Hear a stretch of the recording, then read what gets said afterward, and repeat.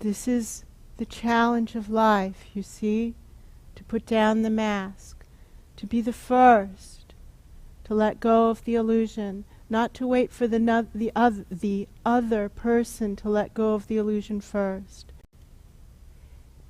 Can you feel that? Yes. Let's do it again. Can you feel that? Who else wants to do it? Show of hands. I'll do it with you.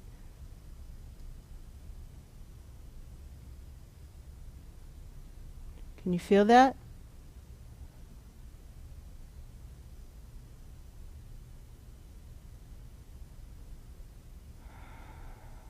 Can you feel it?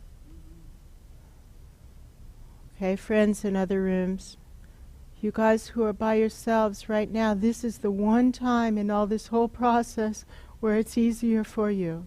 Okay? Let's do it. All right? Just you and me.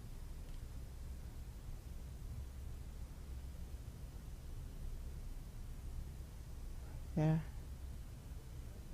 So I'm required to make, this is the traditional Sunday morning errors correction part of the program,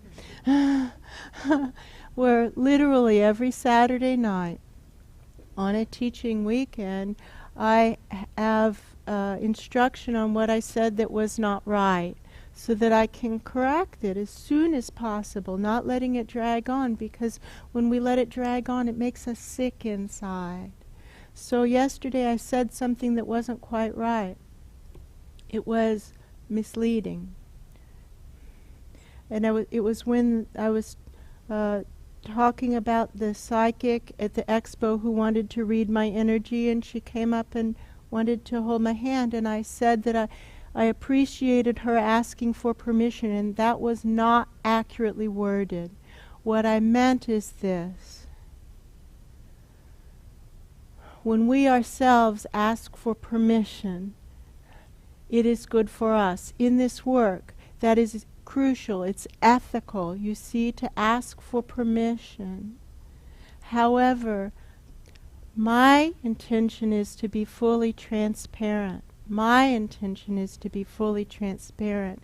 And so all of you have permission at any time to look inside my energy body, take me apart, dissect me. I'm not trying to hide my flaws. I'm flawed. Newsflash, you know? And it's okay. It's okay.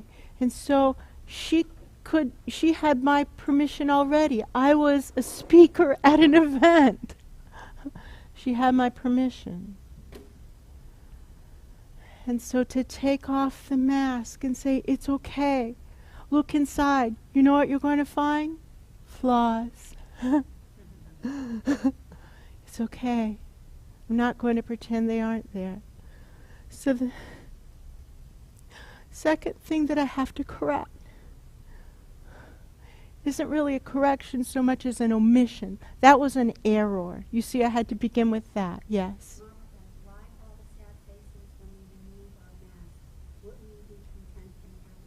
Ah, that is a beautiful question. Why all the sad faces when we remove our masks? Wouldn't we be content and happy?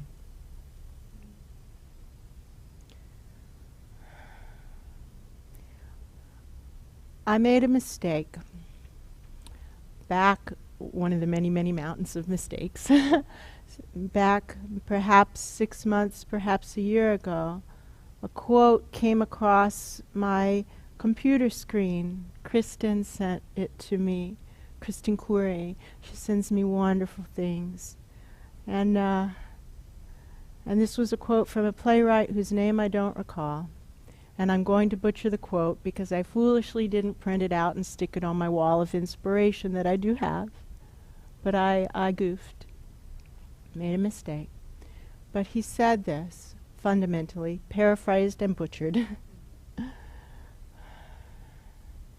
When you open your heart sometimes crazy things come out. Crazy things. And sometimes beautiful things come out. And we can't control that, you see? And that isn't what matters. What matters is that we open our heart. So the truth of it is this. We're all in the process of opening up at finer and finer levels eternally. And when we open a closed door, almost always what comes out first is the pain. The pain is what caused us to close the door in the first place. You see? The pain is what caused us to close that door. It felt too intense in that moment. It was too much in that moment. We couldn't take it in that moment. And so we closed the door. It's okay, it's okay. But when we open the door, the pain comes out first. The trick is to keep the door open long enough to let that finish coming out. You know the story of Pandora's box, right? What comes out at the end? Who knows? Shout it out. Hope! All the fear comes out first. All the despair, the rage, the fury, the confusion, the grief. And when it's out, hope. Hope begins. It begins with hope. We have to let everything else out first, as it turns out. Just eternally, layer by layer, you see? And then hope will come up again. And so don't pretend that you're doing it, because that's hurting you. Stop that right now. You're hurting yourself. Instead, acknowledge, right now I'm not able to open my heart. That's better. It's better, you see? What hurts us the most is the pretense. It's better to acknowledge the truth of where we are in any moment and to say, right now I'm not able to do it, and that's okay. I can't do it right now. Maybe in a minute I'll be able to.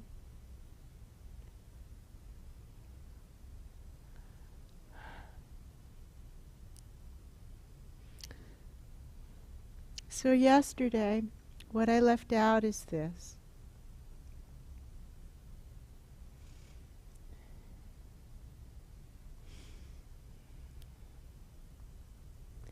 Darn it, I'm still doing my pretend best. And how I know that is by the results that life shows me, you see? And so our commitment in these classes is that everyone gets it. And there were some people yesterday in the practices who weren't getting it, and they were falling into pretending rather than doing for real. And when a finger is pointed out, 4 fingers are pointed back. You see? So if even one person, because my commitment is that everyone gets it.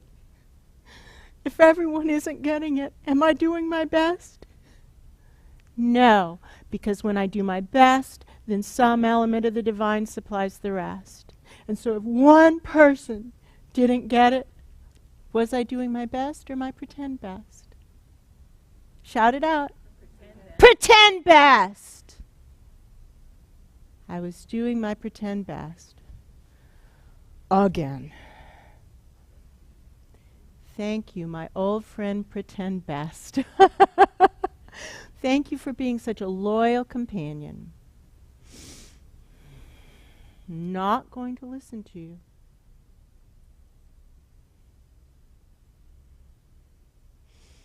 So over and over again, you see, we get the chance to do that. And for me to pretend that I wasn't doing it, what kind of weird hypocrisy would that be, right?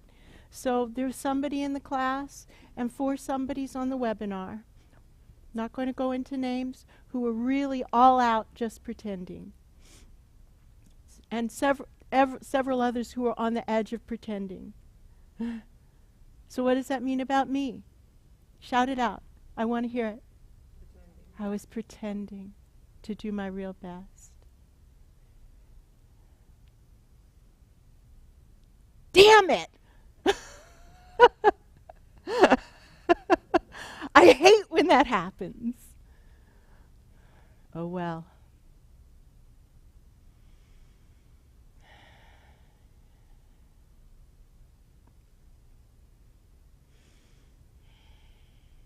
And see, to use anything other than the harsh word I just used would also be a lie.